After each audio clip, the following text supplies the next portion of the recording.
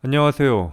무한배터리입니다. 오늘은 2023년 1월 31일 화요일입니다. 저의 현재 주식 잔고는 3,973만원이고요. 투자한 금액은 4,378만원, 투자 수익은 마이너스 407만원, 수익률은 마이너스 9.3%입니다.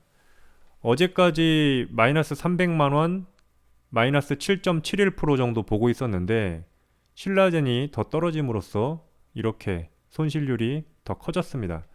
오늘 저는 330만 원이 넘는 돈을 들여서 신라젠을 추가 매수했습니다. 그러면 그 330만 원은 도대체 어디서 나온 돈인지 그거에 대해서 조금 이야기를 해보겠습니다. 그리고 마지막에는 신라젠의 향후 주가 움직임에 대해서도 예측을 해보도록 하겠습니다. 제가 신라젠을 매수한 금액을 설명을 하려면 코오롱 모빌리티 그룹이라는 주식을 설명을 해야 됩니다. 오늘 장 초부터 상한가로 말아올린 주식이죠.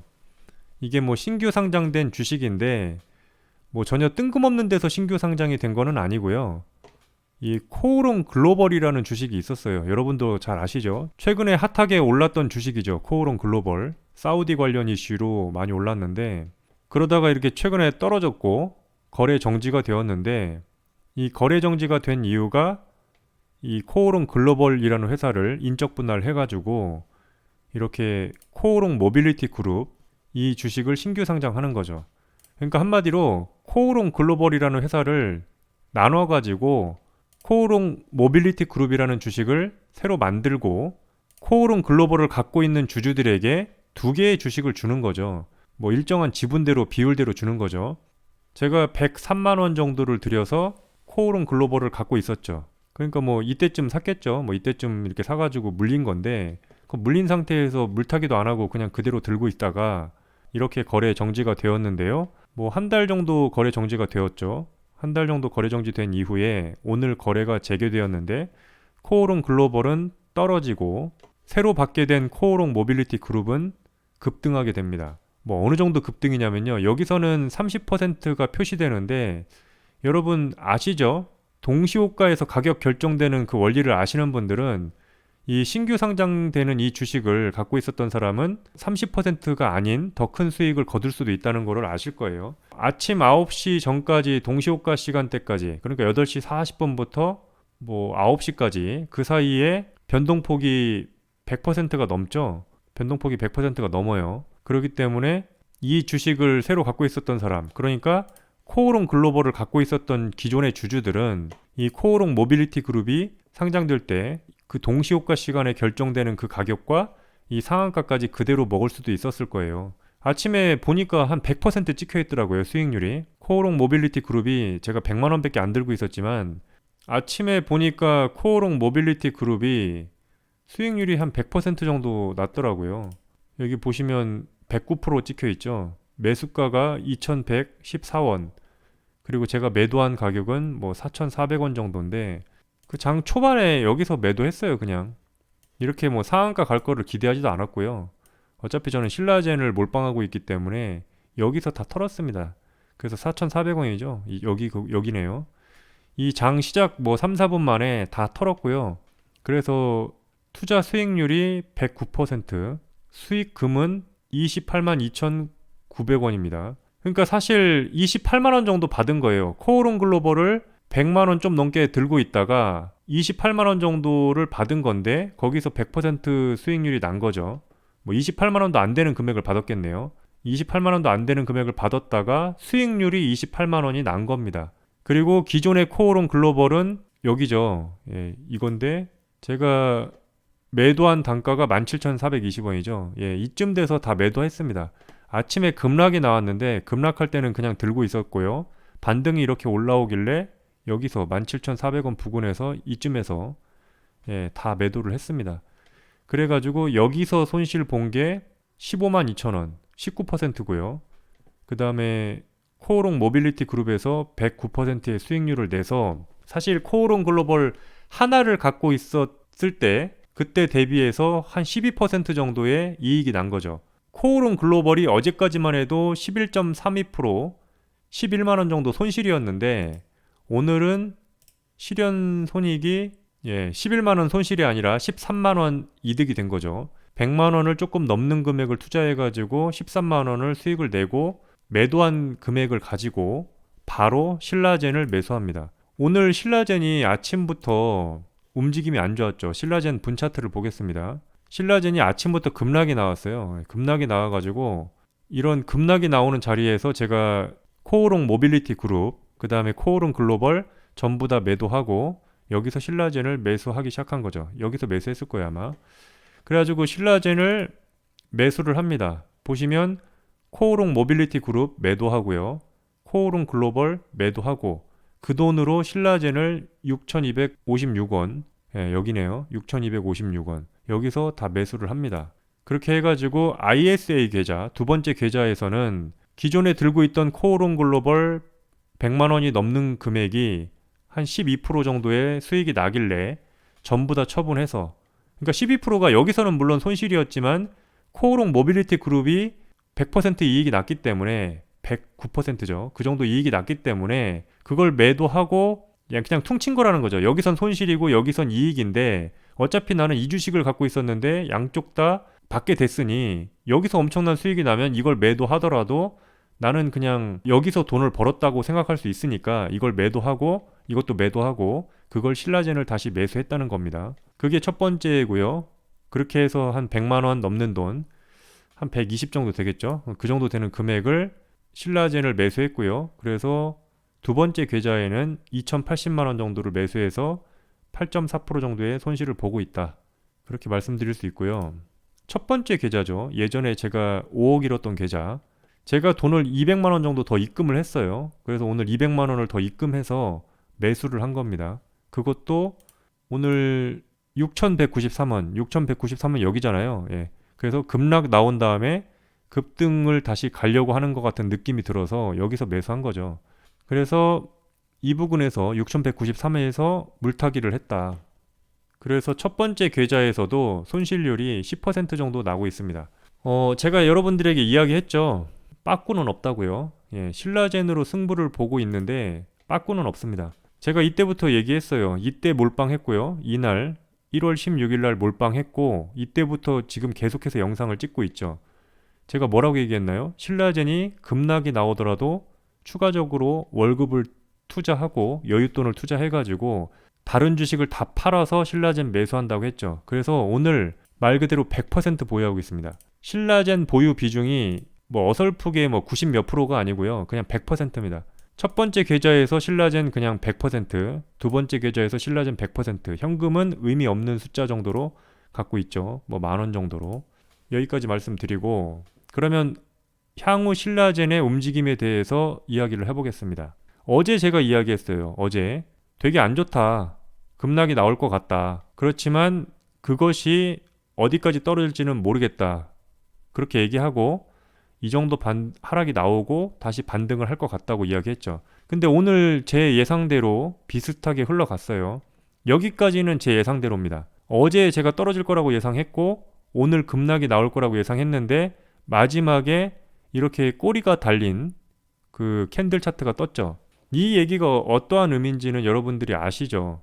하락 추세가 반전되려는 신호일 수 있습니다. 이게 지금 이렇게 꼬리가 길다. 마이너스 7%가 넘는 하락에서 이렇게 올라온 거잖아요. 뭐 꼬리가 그렇게 엄청나게 길지는 않지만 어쨌든 마이너스 7%는 너무나 바닥이었다는 생각을 하고 매수세가 들어온 거죠. 자, 저는 이게 일단 2.79%가 하락하긴 했지만 긍정적인 신호라고 봅니다. 추세가 이제는 전환되려고 하는 긍정적인 신호라고 봐요.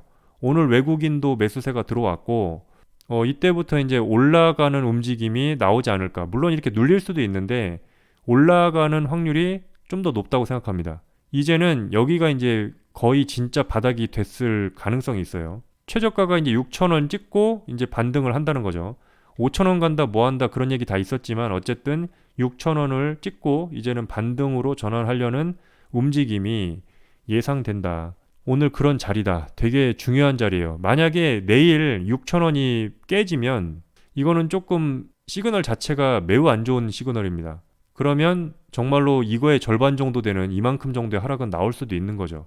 어쨌든 이 6,000원을 지켜주고 계속해서 우상향 한다면 되게 긍정적인 흐름이 나올 것 같고요. 그게 아니라 이 6,000원을 깨고 밑으로 더 떨어진다. 그러면 정말 힘이 없이 계속해서 무너지는 거기 때문에 여기는 그러니까 내일이죠. 내일은 상당히 중요한 자리가 될 것이다. 그렇게 생각합니다. 그리고 여러분들 신라젠 관련돼서 오버행 이슈라고 해서 여러분들이 댓글로 가끔씩 남겨주시는 분들이 있는데 신라젠은 오버행 이슈가 있었죠. 오버행이라는 게 앞으로 잠재적으로 나올 만한 물량에 대한 얘기잖아요. 그래서 잠재적으로 이제 뭔가 걸려 있다는 거죠, 위에. 이제 뭔가 위에 걸려 있다는 거예요. 그래서 그게 누른다는 거죠, 주가를. 그게 뭐냐면 뉴 신라젠 투자조합 물량이에요, 그게. 예전에 신라젠이 거래 정지 기간에 유상증자를 하면서 3천 얼마의 물량을 풀었던 적이 있어요. 그래서 M2N이라는 회사랑 뉴 신라젠 투자조합이 거기에 참여를 하죠. 그래서 지분을 3천 얼마에 소유하게 되고 그 물량이 이제 시장으로 출회가 된 건데요. 뉴 신라젠 투자조합 물량은 이제는 줄어들고 있습니다. 이게 어딘가로 다 갔다는 얘기죠. 다 어떻게 보면 받아냈다는 얘기입니다.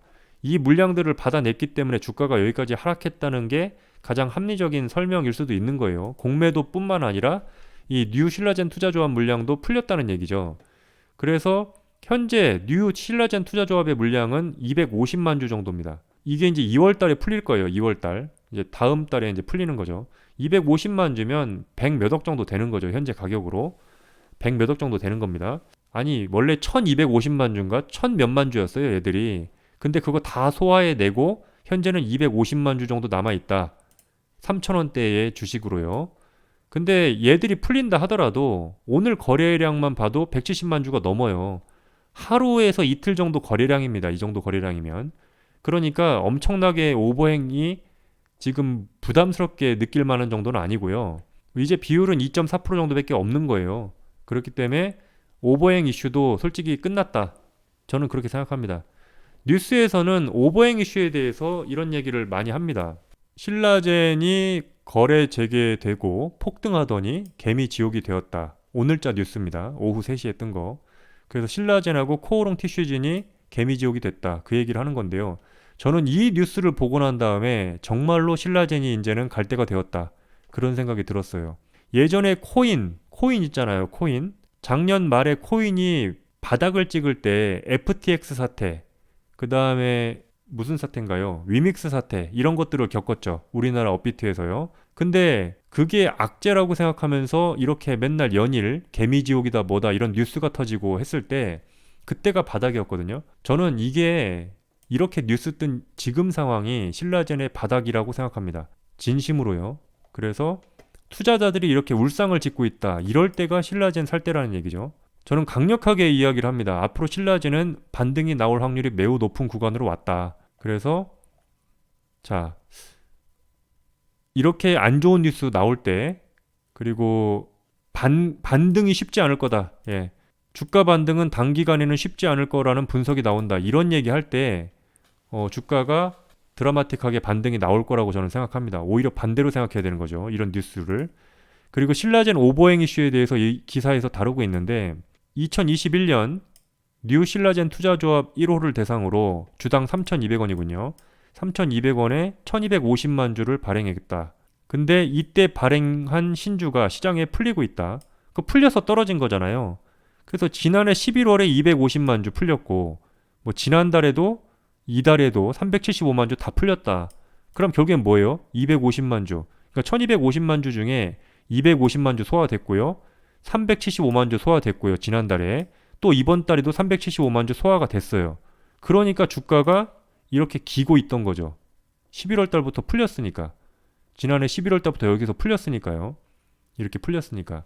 근데 이제 남은 주식이 몇 주라고요? 1250만 주 중에 250만 주가 남아있다. 2월 달에. 2월 달에 남아있는데 여기서 지난달에 350만 주 풀렸는데 바닥이라는 생각 때문에 안 밀렸잖아요. 여기서 250만 주 더 풀려봤자 저는 오히려 반등으로 갈 확률이 매우 높다고 생각합니다.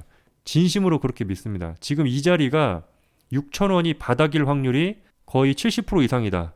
70에서 80% 이상이다라는 생각이 듭니다. 세력이 제 방송을 보고 제가 이렇게 확정적으로 얘기하니까 갑자기 기분이 나빠져서 자기의 마음과 자기의 심리를 다 들킨 것 같아서 갑자기 기분이 나빠져서 공매도를 때려가지고 강제로 하락을 시킨다면 모르겠는데 오늘 매수세라든지 여러 가지 분위기가 반전됐습니다.